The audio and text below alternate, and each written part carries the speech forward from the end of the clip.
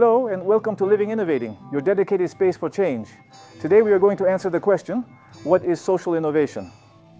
It is a form of innovation whose ultimate goal is to solve social and environmental problems, thereby promoting overall social progress. Its purpose is to satisfy fundamental human needs, aiming to improve or maintain the quality of life for individuals so that everyone can achieve their full potential.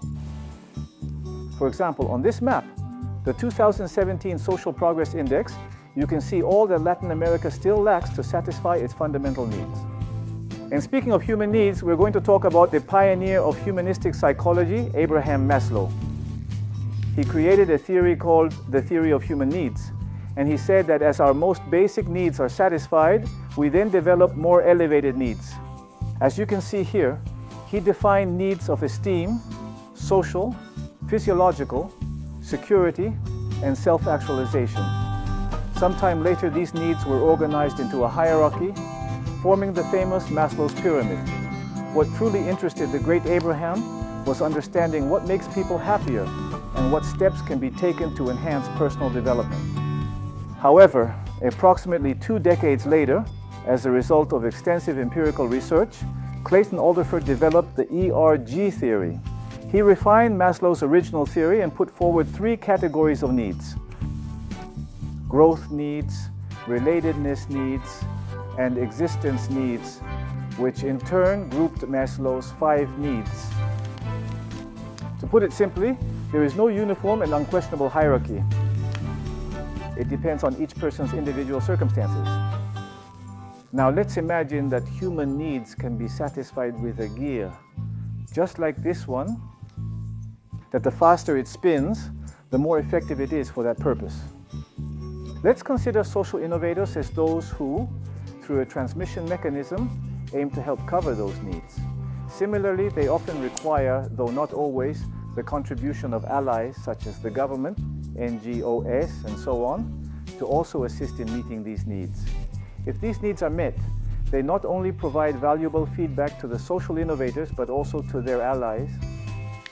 For instance, with due recognition and the licenses that companies and governments often need to move forward. Now we'll look at a case. 703 million people have limited vision in urban and rural areas. This generates losses from vision problems totaling $202 trillion. And that's where Vision Spring was born, an organization whose goal is to ensure that people can access vision care. And this access will allow them to have a better quality of life and greater productivity. In fact, so far, they have distributed 4.4 million pairs of glasses worldwide. And so, Vision Spring, with its allies and donors, successfully develops this project very effectively. In fact, it improved their productivity by 35%, and their earning capacity from January increases by 20%.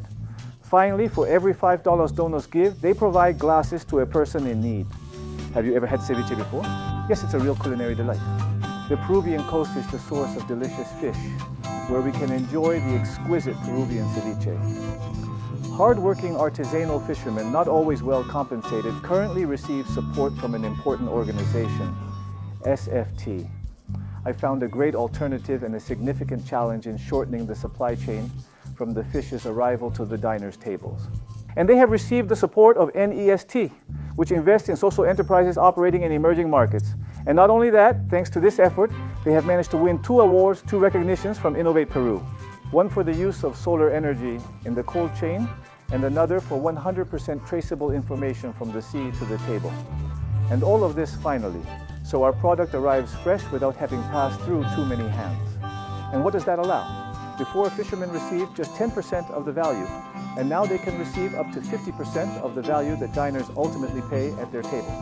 This has led to Central Restaurant, from the best chef in the world in 2017, and Astrid and Gaston by Gaston Acurio, the main champion of Peruvian cuisine globally, directly sourcing their products from SFT. It's very important, however, to remember something, that social innovation is not the prerogative or privilege of any organizational form or legal structure. Everyone can participate in it. For example, the company Hortus, an agricultural input supplier that supports the education of children in rural areas. Nestlé, a leading global promoter of shared value, or the Global Education Network. an international collaborative platform creating innovative educational projects. Therefore, as it will become quite clear, social innovation inherently involves the satisfaction of human needs, achieved through the kind of creativity that generates significant value with the active involvement of social innovators and their key allies who, working collaboratively, forge mutually beneficial and productive synergies. And this social innovation is not about romantic ideals. According to the latest study and the latest ranking of the world's best CEOs from Harvard Business Review, it is precisely those who have given the most importance to the variables of sustainability, social responsibility, and corporate governance who are in the top positions. I'm truly grateful once again for your attention. And before we conclude, I'd like to invite you to subscribe to Vivir Innovando. It's your space for innovation and change. Until next time.